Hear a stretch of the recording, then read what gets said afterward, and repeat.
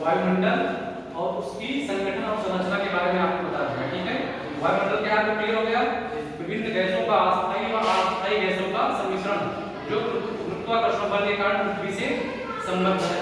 इसमें अस्थायी गैसों मैंने आपसे बता दिया है कि जो आते हैं वो नाइट्रोजन जो 78.1% है और ऑक्सीजन जो 20.9% है और आर्गन 0.1% है। वही अस्थायी गैसों में मैंने आपको कार्बन डाइऑक्साइड, प्रोटान, जेनान ये सबका बता दिया है। ये सारी गैसें मिल करके वायुमंडल का निर्माण करती है, क्योंकि पृथ्वी के चारों तरफ जो भी गैसें पाई जा रही है उनका सम्मिश्रण हमारा क्या है? वायुमंडल। परतों के बारे में मैंने आपको सब बता दिया है। परतें धरातल से लेकर के और ऊपर तक लगभग 5 परतें पाई जाती हैं, जिसमें से सबसे नीचे क्षोभमंडल, उसके ऊपर है समतापमंडल, फिर है मध्यमंडल, फिर आयनमंडल, इसको तापमंडल के नाम से जानते हैं, और उसके ऊपर है वायुमंडल। जो सबसे ज्यादा इंपॉर्टेंट हम लोगों के लिए है वो है क्षोभमंडल, क्योंकि क्षोभमंडल में ही धरातल से संबंधित समस्त घटनाएं घटित होती हैं, या आसमान में जो भी घटनाएं हमारे वायुमंडल से संबंधित है वो सारी इसी में घटित होती है। जैसे बादल, वायु चलना, और उसके बाद इसमें देखो सब दिया गया है टार्नेडो, बिजली का चमकना, चक्रवात आना, और उसी में सबसे महत्वपूर्ण बात क्षोभमंडल में ऊपर जाने पर प्रत्येक किलोमीटर में 6.5 डिग्री सेल्सियस तापमान कम होता है, जिसको हम तापमान ह्रास दर कहते हैं। क्या कहते हैं? तापमान ह्रास दर कहते हैं, इसे नॉर्मल रेट। ठीक है, ऐसे ही आपका जो है समतापमंडल में ओजोन परत पाई जाती है, की ओजोन को हम लॉन्सर में कहीं नापते हैं, यहाँ पे लिखा हुआ है ना ये। उसके बाद मध्यमंडल, इसमें बदलाव बदलाव करके जैसे तापमान वृद्धि से शुरू हो जाती है। फिर मैंने आपको बताया आयनमंडल, इसकी कुछ अलग पढ़ते हैं, डी ई एफ हमने पढ़ते हैं। इसमें ये दो परत कई बार पूछा गया, ई परत और ये परत का नाम क्या है? ई परत को मैंने आपको लिख दिया, ई परत को कहते हैं कैंटिलीवर परत और ये परत कहते हैं कैंटिलीवर परत।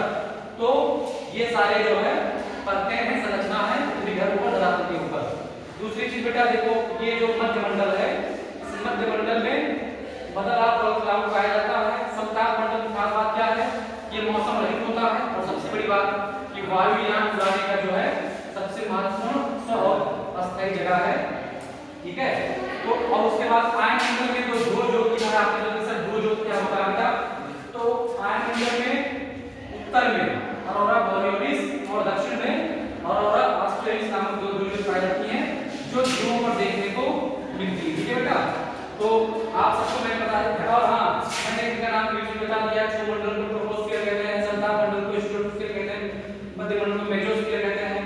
इनके ऊपर जो परत होती है, जैसे मान लो कि ट्रोपोस्फियर, क्षोभमंडल के ऊपर जो परत होती है उसको हम ट्रोपोपास नाम से जानते हैं, इसे क्षोभ सीमा कहते हैं।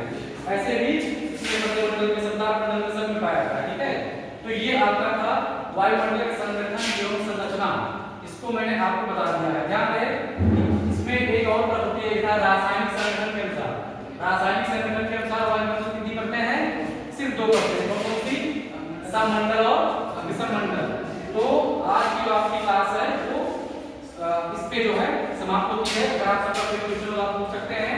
ध्यान रखिएगा, मैंने एक बार आपको बताया था, आज बता रहा हूं कि क्षोभमंडल और समतापमंडल इन दोनों की खोज किसने की थी? ईजनेस डी बोर्ड ने की। ठीक है, तो इतनी सारी बातें आपको जानना आवश्यक है। ध्यान रहे कि मदद आप लेटेस्ट क्लाउड भी जो हमने यहाँ बताया था आपको समतापमंडल में पाया था। ठीक है बच्चों, तो आज की आपकी क्लास जो है वो समाप्त होती है। कल हम आपको सूर्यातक से संबंधित सारी चीजों को बताएंगे।